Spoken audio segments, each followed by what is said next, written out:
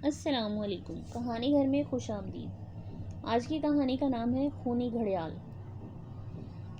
संतोष, कम से कम तुमसे शादी करने के बाद मुझे ये सबक तो हासिल हो ही गया है कि किसी लिखारी से कभी शादी नहीं करनी चाहिए।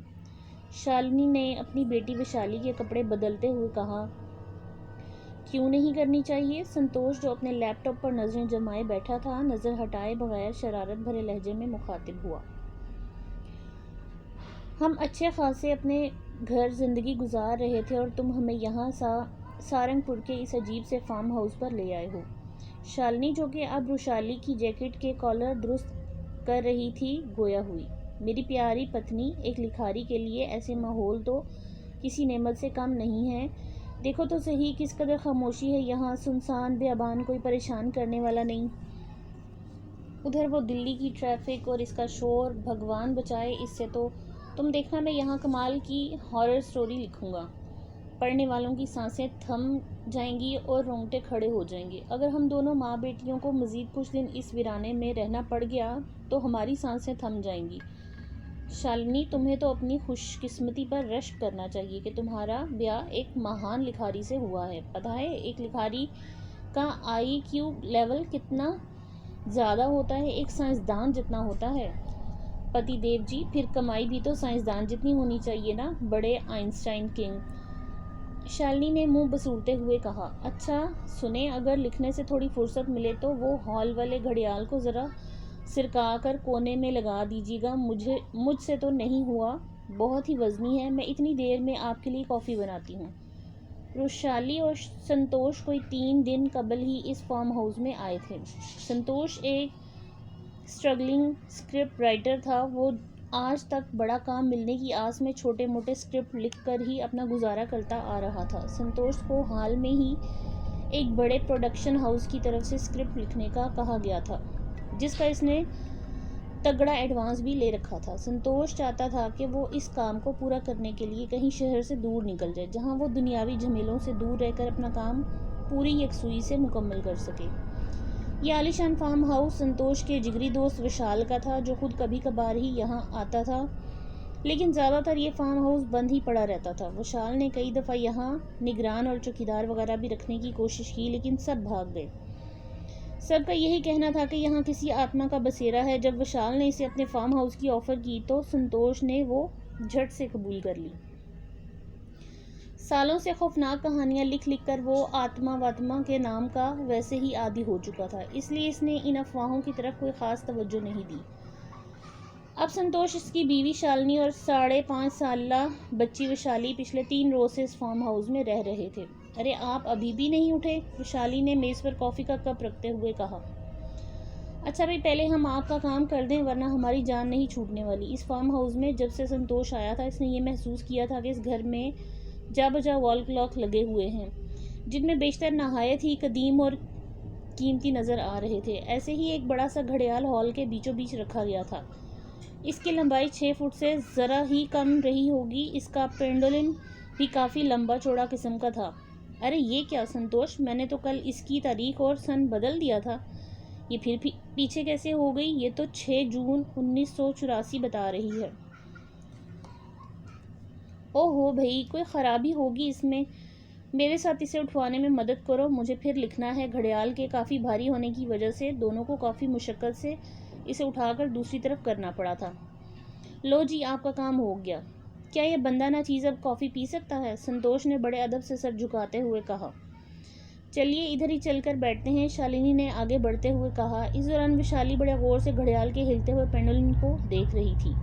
वैसे संतोष, क्या आपने महसूस किया ये घर कुछ अजीब सा नहीं है? मैं जब से यहाँ आई हूँ एक पल चैन से नहीं सो सकी हूँ। और पिछली रात आपने गौर किया था, मेरी साइड टेबल वाला लैंप खुद ब खुद मध्यम और तेज़ हुए जा रहा था। भाई नई जगह है, इसी वजह से नींद नहीं आ रही होगी तुम्हें। संतोष ने कॉफ़ी का कप उठाते हुए कहा। और जहाँ तक लैंप का सवाल है तो स्विच में स्पार्किंग या किसी ख़राबी की वजह से ऐसा कर रहा होगा। इसमें घबराने की क्या बात है? अभी वो दोनों यही बातें कर रहे थे कि बाहर से वैशाली की एक दिल खराश चीख सुनाई दी। संतोष और शालिनी दोनों ने बाहर का रुख किया। बेटा क्या हुआ? जबकि रुशाली मुसलसल घड़ियाल की तरफ रुख करके रोए जा रही थी। इसका एक हाथ घड़ियाल की तरफ उठा हुआ था। बेटा क्या हुआ? शालिनी ने इसे गले से लगाते हुए इस्तफसार किया। वो इस घड़ी में जो अंकल है ना, इन्होंने मुझे मारा है, रुशाली ने मुसलसल रोते हुए कहा, जबकि शालिनी और संतोष हैरानगी से एक दूसरे की तरफ देख रहे थे। बेटा कौन सी अंकल? यहाँ तो कोई भी नहीं है हमारे सिवा, संतोष ने रुशाली को पिचकारते हुए कहा। क्या वो इस घड़ी में रहते हैं? अच्छा चलो इधर आओ, हम अभी देखते हैं कि वहाँ कोई है या नहीं। संतोष ने पेंडुलम वाला दरवाज़ा हटाकर देखा तो वहाँ कुछ भी नहीं था। संतोष की जैसे ही घड़ियाल की तारीख पर नज़र पड़ी तो वो फिर से 6 जून 1984 बता रही थी, जिसे कुछ देर पहले शालिनी ने दोबारा से ठीक कर दिया था। शालिनी, मुझे लगता है रुशाली को कोई गलतफहमी हुई है। आज के बच्चे भी कार्टूनों की दुनिया से बाहर तो निकलते ही नहीं, इसके जहन में ज़रूर कोई कार्टून कैरेक्टर सवार है। तुम ऐसा करो, इसको ले जाकर बेडरूम में सुला दो, मुझे भी कहानी भी मुकम्मल करनी है, संतोष ने कलाई घड़ी देखते हुए कहा और शालिनी रुशाली को उठाकर बेडरूम की तरफ चल दी। संतोष एक बार फिर लैपटॉप के आगे बैठ चुका था। अभी वो 2-3 लाइनें ही लिख पाया था कि इसे घड़ियाल वाले कमरे से एक तेज़ चिरचिराहट की आवाज़ सुनाई दी। संतोष के माथे पर शिकनें उभर आई थीं। शालिनी और रुशाली अगर होती तो वो इस कमरे से होकर गुजरती, लेकिन ऐसा तो कुछ नहीं हुआ था। फिर इस सिमत कौन है? संतोष ने घड़ियाल वाले कमरे का रुख किया तो वो हैरत ज़दा रह गया। घड़ियाल की पेंडुलम वाली खिड़की खुद ब खुद खुली हुई थी। ये देखकर संतोष भी एक झुरझुरी सी लेकर रह गया कि आखिर मामला क्या है। अभी वो इन सब पर गौर कर ही रहा था कि इसे शालिनी के कमरे से भयानक चीख सुनाई दी। संतोष जल्दी से इस तरफ भागा। शालिनी इंतहाई घबराई हुई थी। संतोष, यहाँ कोई है, यहाँ हमारे अलावा भी कोई है। मैं सच कह रही हूँ, मेरा विश्वास करो। इसकी लंबी सफ़ेद दाढ़ी है और लंबे लंबे सफ़ेद बाल थे और इसकी आंखें अंगारों की तरह दहक रही थीं। हमें फ़ौरन यहाँ से निकल जाना चाहिए, मुझे कुछ ठीक नहीं लग रहा। अच्छा बाबा, हम सुबह होते ही चले जाएंगे। अब इतनी रात को कहाँ जाएंगे? अभी वो इन्हें बातों में मसरूफ़ थे कि पास सोई हुई रुशाली अचानक फ़िज़ा में बुलंद होना शुरू हो गई थी कि कोई 1-2 फुट बुलंद होने के बाद किसी ने इसे बुरी तरह से नीचे पटक दिया। इसके माथे पर बुरी तरह से चोट आई थी और वो तकलीफ से चिल्ला रही थी। संतोष, तुम कुछ करते क्यों नहीं? अब देख लिया अपनी आंखों से, ये सब इस घड़ियाल की वजह से हो रहा है। ये कोई आम घड़ियाल नहीं, खूनी घड़ियाल है। देखो रुशाली के माथे से किस बुरी तरह से खून निकल रहा है। वो लंबी लंबी दाढ़ी वाला जो कोई भी है अब हमें नहीं छोड़ेगा। कौन हो तुम? सामने आओ और हमसे क्या चाहते हो? संतोष बुरी तरह से चिल्ला उठा, लेकिन इसकी आवाज़ में खौफ नुमाया था। तुम्हारी पत्नी ने इस घड़ियाल की तारीख बदलकर अच्छा नहीं किया। मुझे जहर लगते हैं वो लोग जो मेरी चीज़ों को हाथ लगाते हैं। अब तुम्हें इसका अंजाम भुगतना होगा। अचानक एक करख्त और भारी आवाज़ सुनाई दी। संतोष ने डर के मारे जल्दी से विशाली को उठाया। शालिनी से मुखातिब हुआ, हमें जल्दी से यहाँ से निकलना होगा। इन दोनों ने बाहर की दरवाजे की तरफ दौड़ लगा दी थी, लेकिन जैसे ही वो दरवाजे के करीब पहुंचे, दरवाज़ा एक ज़ोरदार धमाके से बंद हो गया। अचानक संतोष को अपनी टांगों में से कुछ सरसराहट सी महसूस हुई। अगले ही लम्हे किसी ने एक झटके से संतोष को ज़मीन बोस कर दिया और वह फर्श पर खुद ब खुद सरकता जा रहा था। कोई गैर मरई कुव्वत इसे मुसलसल अपनी तरफ खींच रही थी और इसका रुख घड़ियाल की तरफ था।